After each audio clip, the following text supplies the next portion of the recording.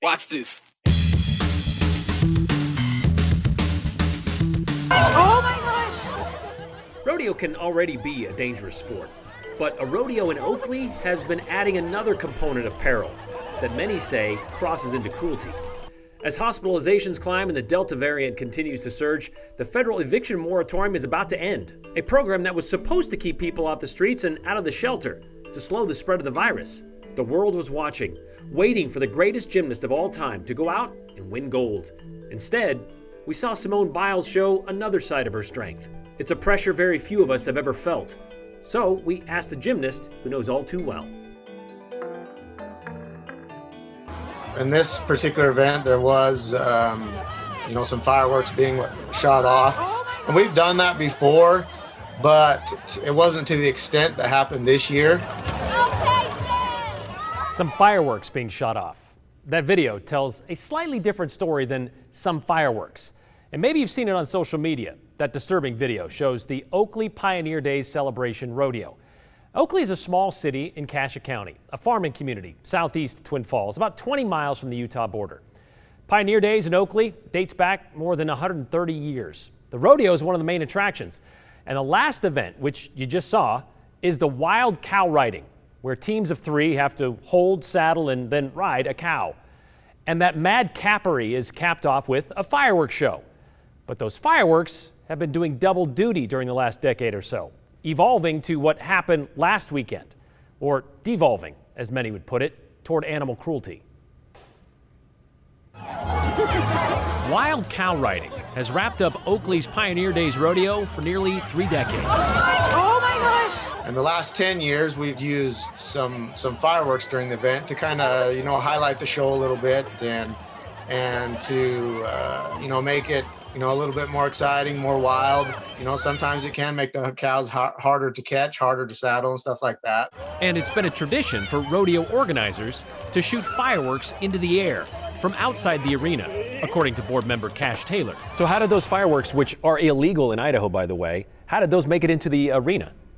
Yeah, so I mean, these are just some Roman candles that we had got. They had, just shot off a few Roman candles just up in the air outside the arena and just kept them up in the air. But the last couple of years, we've had some problems with people. They want to get involved, so they want to bring their own fireworks and stuff like that and think they can come in and join in the fun. They're not part of the group that puts on the rodeo.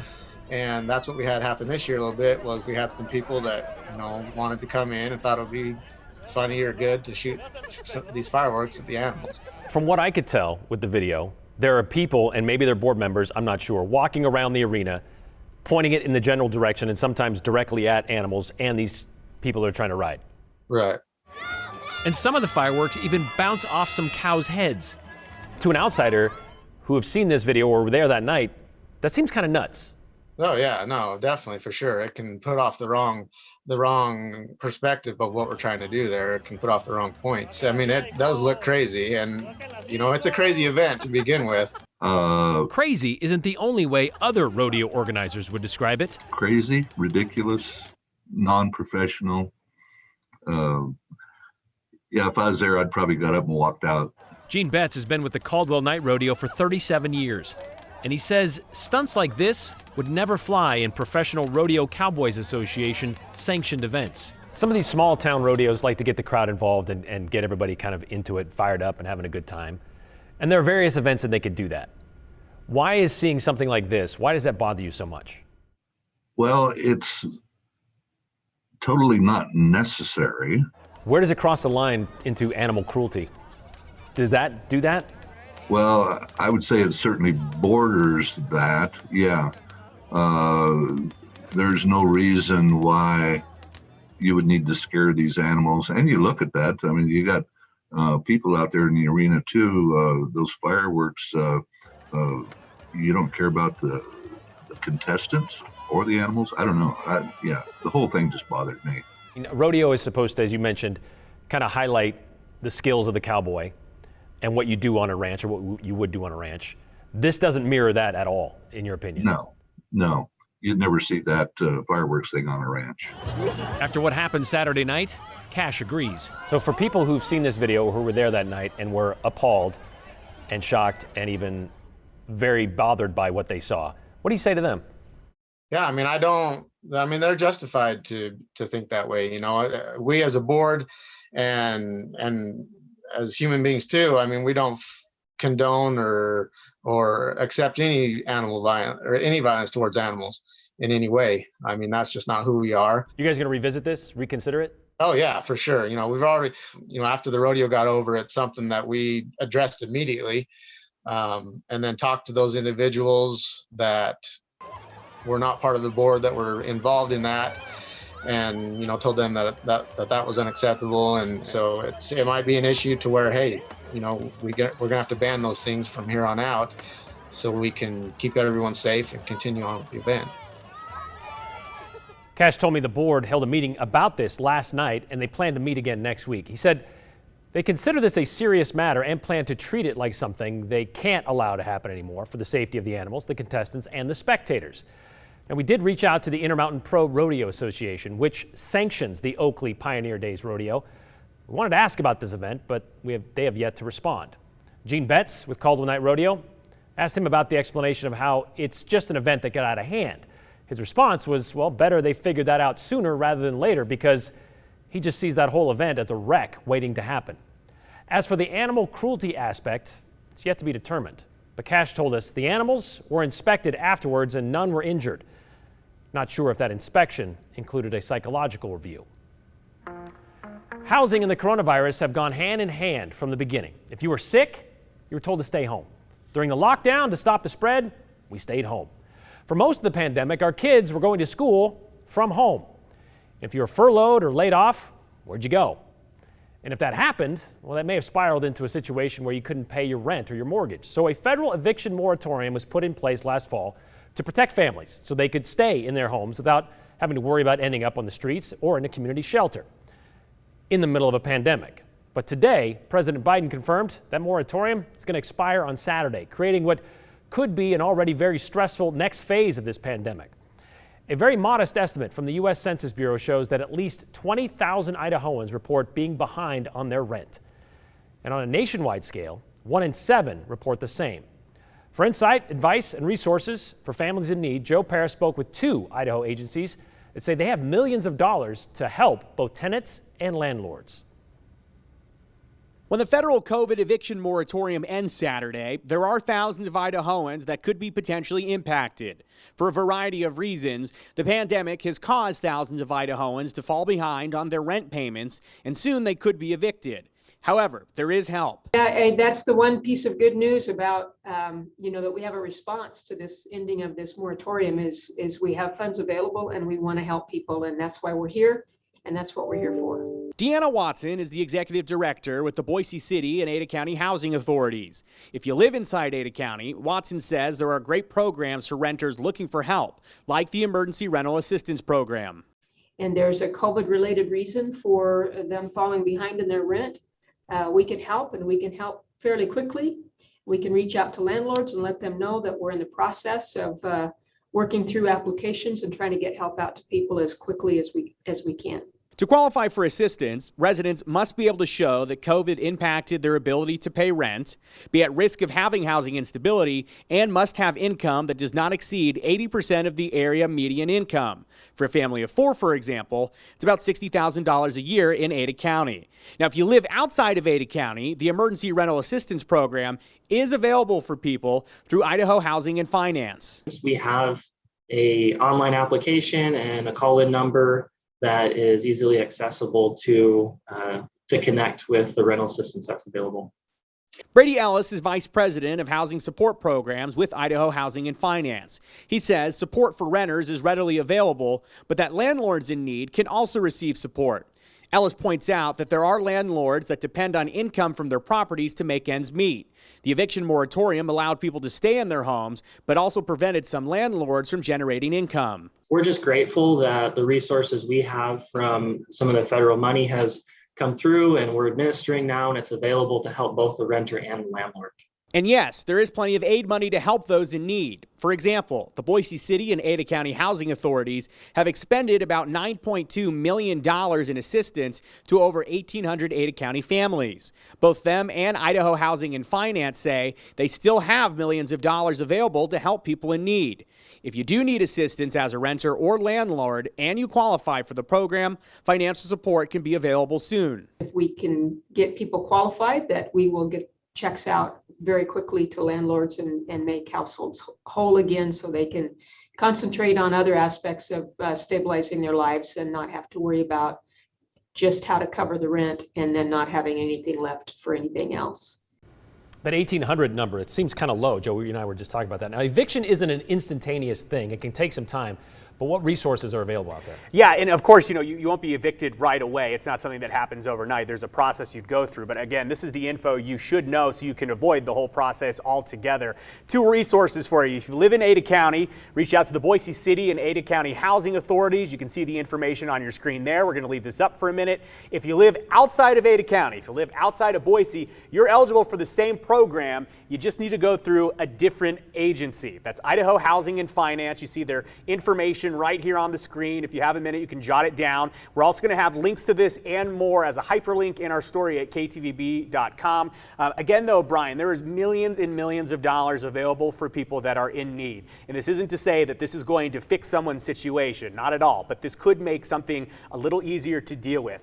It is a very stressful situation getting evicted, and again, it doesn't happen overnight, but you can avoid going through that process through programs like we just talked about. I can't say it enough. Everyone I spoke with today, in terms of who's familiar with the program, tells me that a lot of people may not know that this is available. Frankly, a lot of people are going through something they never had.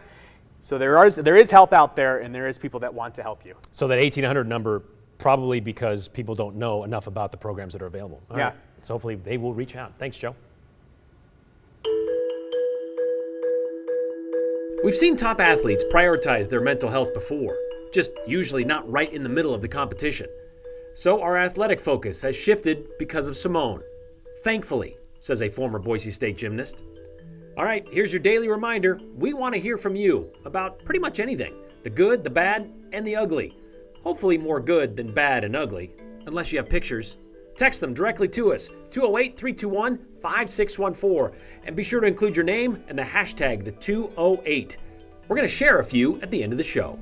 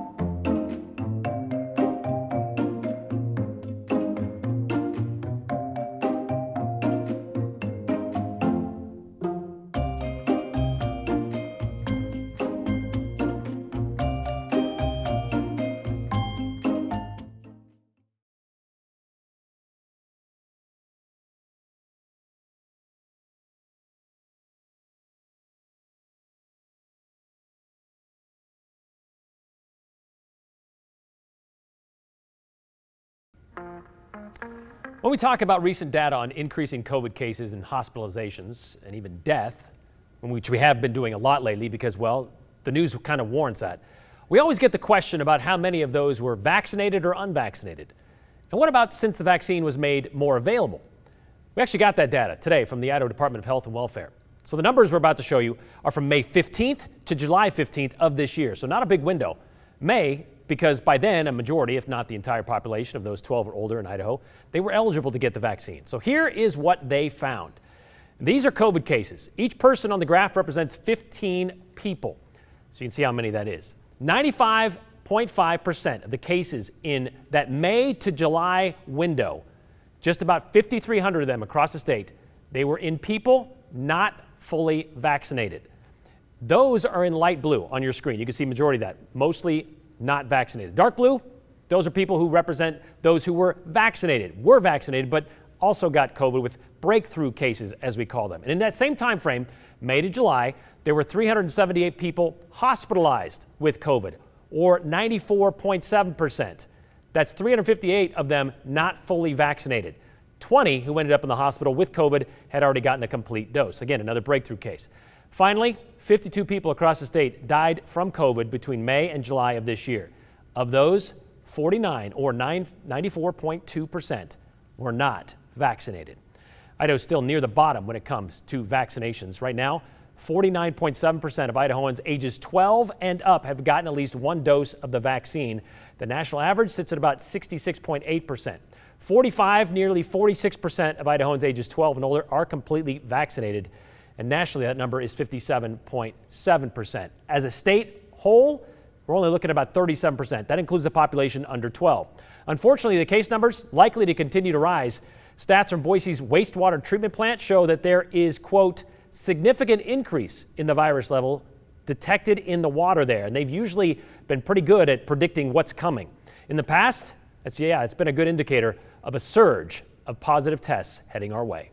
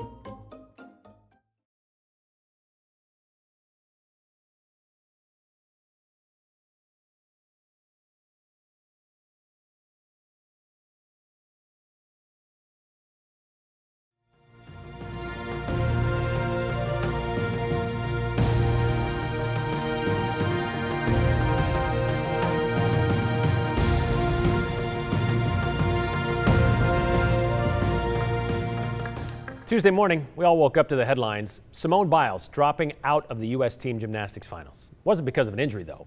Rather, it was her mental state. Later, she said she felt good physically, but mentally she just wasn't where she needed to be. So what is it like to be in her shoes and deal with pressure coming at you from every direction?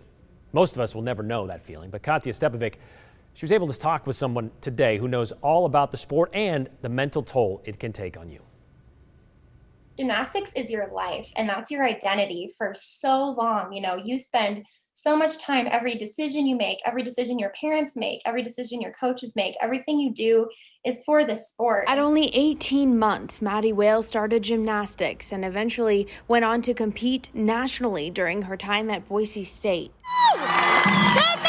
You put all this hard work in and you want to see that culminate and get a good kind of outcome of the routines that you're doing. And so it's not just pressure on an international level or a national level, it's pressure on yourself. After graduating college, Whale said her body could not keep up with the sport and she decided to retire. It was hard for me to definitely move on with my life and find out who I was outside of gymnastics. Luckily, Whale says she had mental health counselors during her time at BSU that she says was very beneficial for her. I always would be like, you're going to let everybody down. You know, if you mess up, you're going to affect everybody and nobody's going to love you anymore. And, you know, your coaches are going to be disappointed in you. And so it really feels like your whole life is meant to be a gymnast. And that can be a little unhealthy at times, I think. But that's just how it is. It's like the razor's edge, right? Because the whole point of sport is to induce stress and create challenging situations. So the better you get at sports, the harder it gets to be excellent. Eric Kafka is a sports counselor in Boise and helps athletes cope with their emotional and mental hurdles. Such a large demand that comes on the person for time and effort and performance a lot of the times. Coaches need you to win. Kafka says when a sport begins to take more from you than you are giving to it, it's time to take a break, reach out for help, or maybe accept that it's time to retire. Just continuing the conversation helps a lot, and normalizing that it's okay to not be okay with what's going on. But as many know, reaching out for help isn't always easy. I definitely know a lot of girls who have felt burnt out and who have quit and who have been, you know, people that would end up, you know, maybe on the Olympic team or the national team, but just couldn't take it anymore because the mental toll, the physical toll, the emotional toll was too much. And Whale says seeing Wiles put herself first was something the whole world needed to see. I think many people are probably aware of a lot of the sexual abuse scandals with Dr. Nasser and the abuse of USAG and some of the national team coaches and stuff like that. And so for me, for a lot of the gymnasts, we would see this kind of gymnast autonomy of making this decision almost like a bigger win than a gold medal. And a step closer in the long journey ahead to make mental health a priority for professional athletes. It's really worth it to speak up. And I think we've seen that pay off for a lot of people in the past few years, is that really people are listening to athletes now and listening to their needs and listening to their health. And so I would say definitely speak up and don't be afraid. Now, while Simone Biles has not given much detail about her mental health challenges, just today she said she did suffer from something called the twisties, and she still does. And I asked Maddie about this, and she said it's basically a mental block where you get lost in the air during a skill. And she said it's kind of like losing your muscle memory and your mind goes completely blank. She says it can last anywhere from 2 days to 2 months, depending on the trick and the gymnast. And with the speed and the height at which they're throwing their bodies around, that's not something you want to be in. A lot of people complaining that's their job. Well, have you ever called in sick because, well, you were sick? It happens, and you just don't want to be in that position. I like what Mandy said about the autonomy with where Simone is and where gymnasts are. The chance to kind of do things for themselves, because a lot of us think we have this expectation that they owe us something by going to the Olympics. All right, thank you very much, Katya.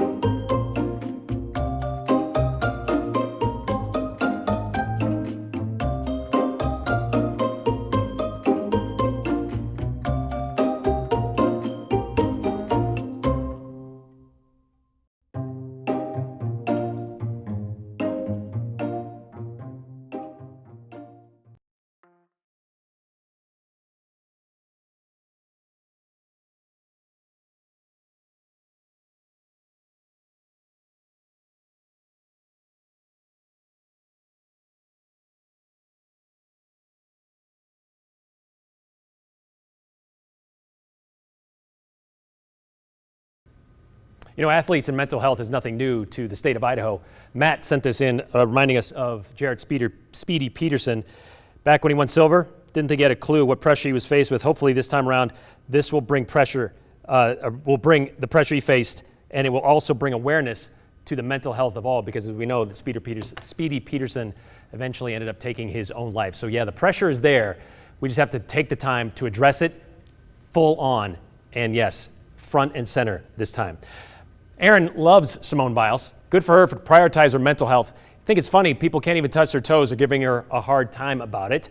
And then we go to the rodeo. I love watching the 2-8 after work, but that video of the Oakley rodeo was rough. Seems so wrong. And how do we even get illegal fireworks? You know, you can buy them here, you're just not supposed to use them.